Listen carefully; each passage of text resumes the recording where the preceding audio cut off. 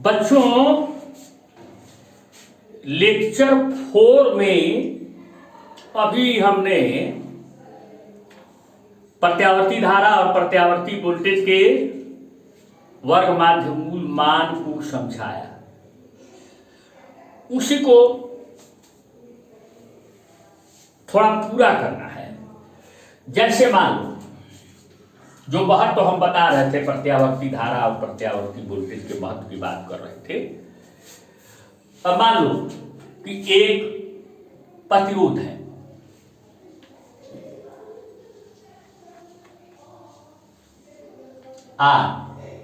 जैसे बल्ब है, इसमें कोई एसी सोर्स, एसी प्रत्यावर्ती स्रोत से प्रत्यावर्ती धारा बह रही है। मान लीजिए, माना तात्क्षणिक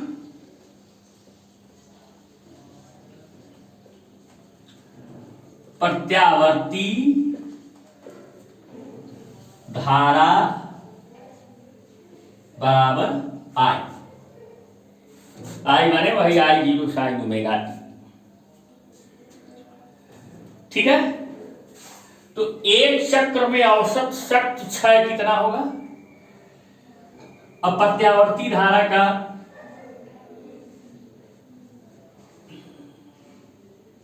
धारा से आई बराबर है, लिख दो आई जीरो साइन ओमेगा टी। एक परिपथ में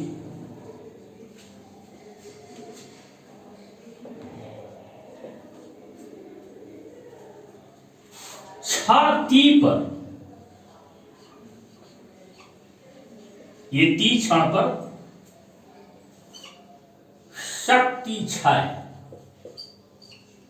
पावर लॉस टी, उस क्षण टी पर जो धारा बह रही है वो आई है, प्रत्यावर्ती धारा आई स्क्वायर, और प्रतिरोध कितना है? R, I square are.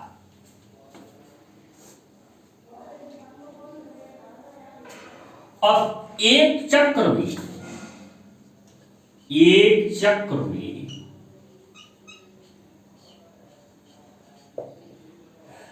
औसत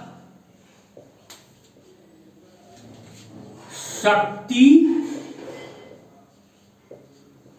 क्षय, तो क्या करोगे?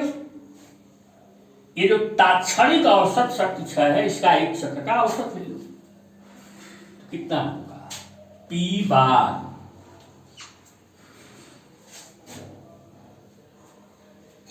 तो अब औसत लेना है, तो आई स्क्वायर का औसत लेना पड़ेगा। आई स्क्वायर का औसत यही बदल रहा है, आर तो बदल नहीं रहा है, तो आर यहां पर कांस्टेंट है। लेकिन एक चीज तुम जानते हो, यहां पे हिट में हम यहां दिखा देते हैं, परंतु आई आर एम एस, इसको समीकरण 1 मान लो, बराबर रूट आई स्क्वायर बार, तो I R M S square कर दो,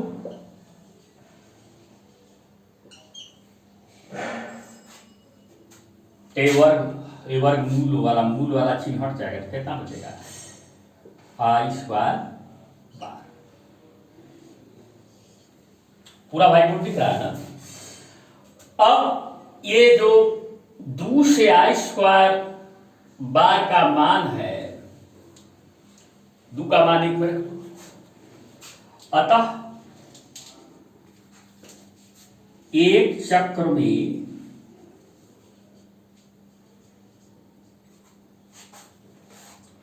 औसत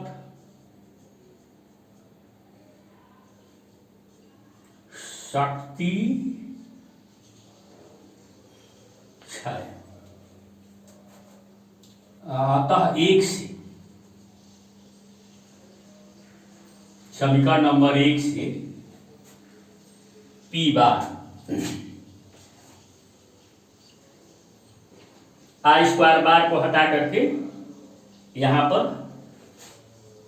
IRMS स्क्वायर।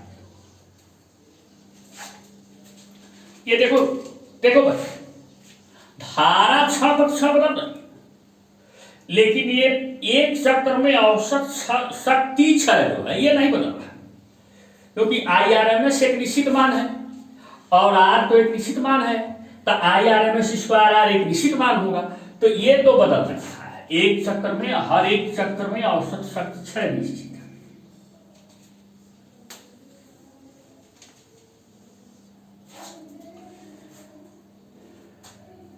ठीक है, वहां तक दिख रहा है। अब एक काम, इसी ये जो AC स्रोत है इसको हटा, वही प्रतिरोध रहने, इसके जगह पे सेल लगा प्लस माइनस, इसको हटा के इसके जगह पे है सेल लगा दिया। सेलों का संयोजन लगाओगे तो बैटरी हो जाएगी। और आप जितना इस प्रत्यावर्ती धारा का IRMS है, प्रत्यावर्ती धारा नहीं प्रवाहित करनी है, प्रत्यावर्ती धारा जिससे 5 का IRMS 5 एम्पियर है तो 5 एम्पियर की धारा प्रवाहित करनी है। माने इसके IRMS एक निश्चित मान है और इस निश्चित मान के बराबर सेल से धारा इसमें प्रवाहित कर दो। ठीक है, तो AC के IRMS के बराबर मान की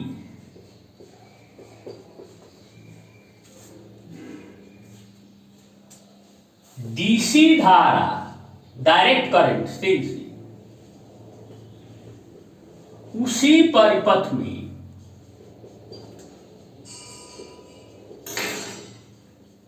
प्रवाहित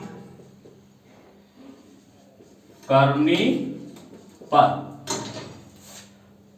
प्रति सेकेंड ऊष्मा उत्पन्न होने की दर यानी शक्ति 6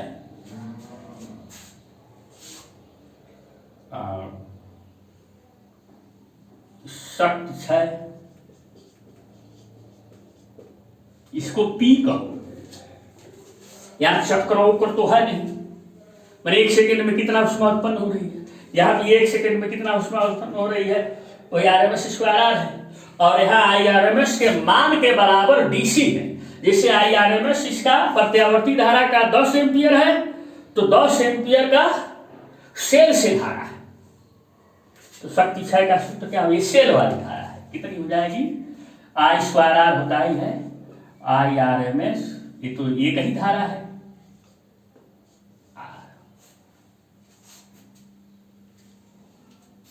ये हो गया आपका 4। अब देखो, यानी IRMS के बराबर अगर हम डायरेक्ट करंट यानी दिष्ट धारा सेल की धारा प्रवाहित करते हैं तो उतनी ही शक्ति 6 माने पर सेकेंड उतनी ही ऊर्जा व्यय हो रही है परिपथ में जितनी की उस प्रत्यावर्ती धारा से पर सेकेंड ऊर्जा व्यय होती थी, क्योंकि P और P बार के मान बराबर है। तो 3 व 4 से P बार बराबर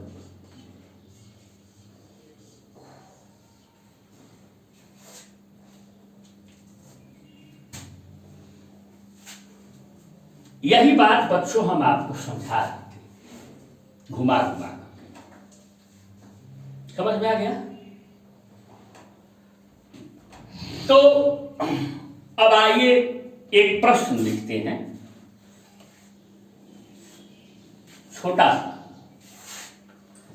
क्वेश्चन।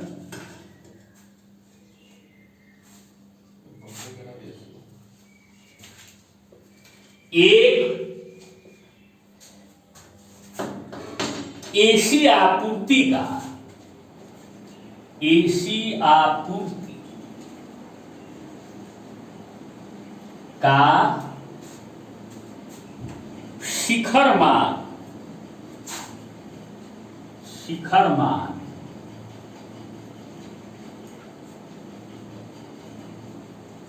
300 वोल्ट है।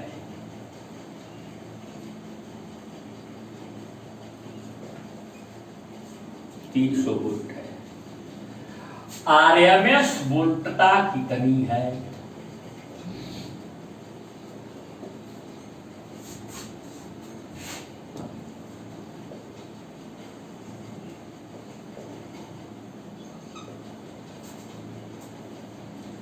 यानी एसी आपूर्ति का शिखर मान 300 वोल्ट है, तो आरएमएस वोल्टता कितनी?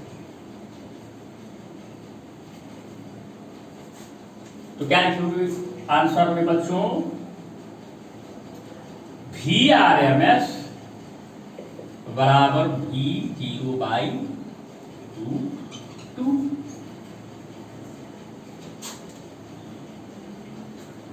तो शिखर मान V0 का मान कितना है? 300। तो यहां हो जाएगा 300 वोल्ट। आंसर हो गया। थोड़ा और सरल कर सकते हो।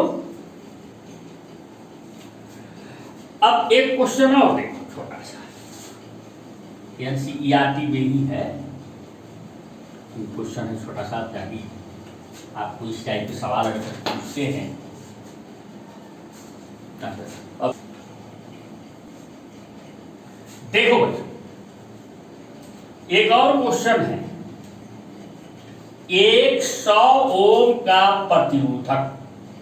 प्रतिरोधक माने क्या? बल्ब, पंखा, कुछ भी हो।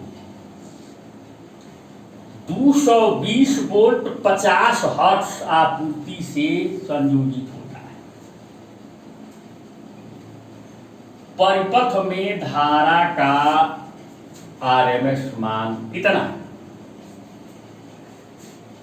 एक पूरे चक्र में कितनी नेट शक्ति व्यय होती है? अब देखो, एक सिंपल सा क्वेश्चन आपको समझिए। क्या कह रहा है क्वेश्चन? क्या कह रहा है कि एक एसी स्रोत है जिसका भी आरएमएस मालूम है, आई आरएमएस नहीं मालूम है,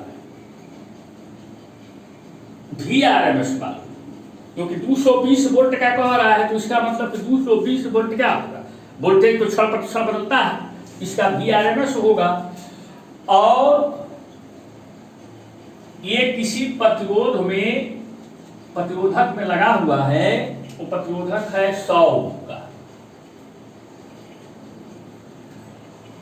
और वीआरएमएस कितना दिया है इसका? 220 वोल्ट। तो आईआरएमएस पूछ रहा है।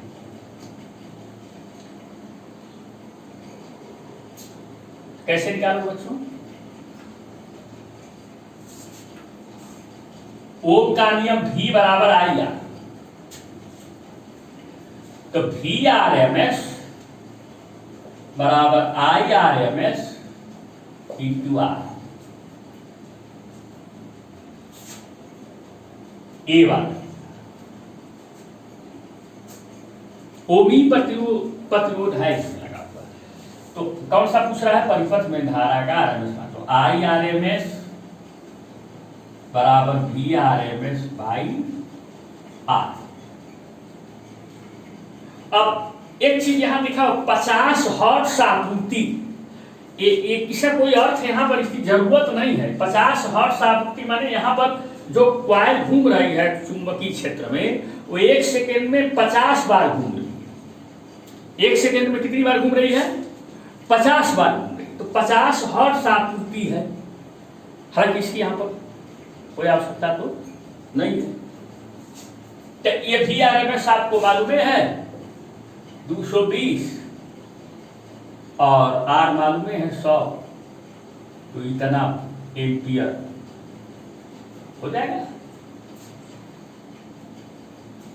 अब बचा एक पूरे चक्र में कितनी नेट शक्ति व्यय हो रही है, तो नेट शक्ति P बार IRMS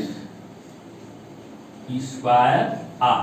तो IRMS का जो मनवा यहाँ निकालना, उसका वर्ग करके अब उसमें प्रतिरोध जो है ये R है 100 ओम से।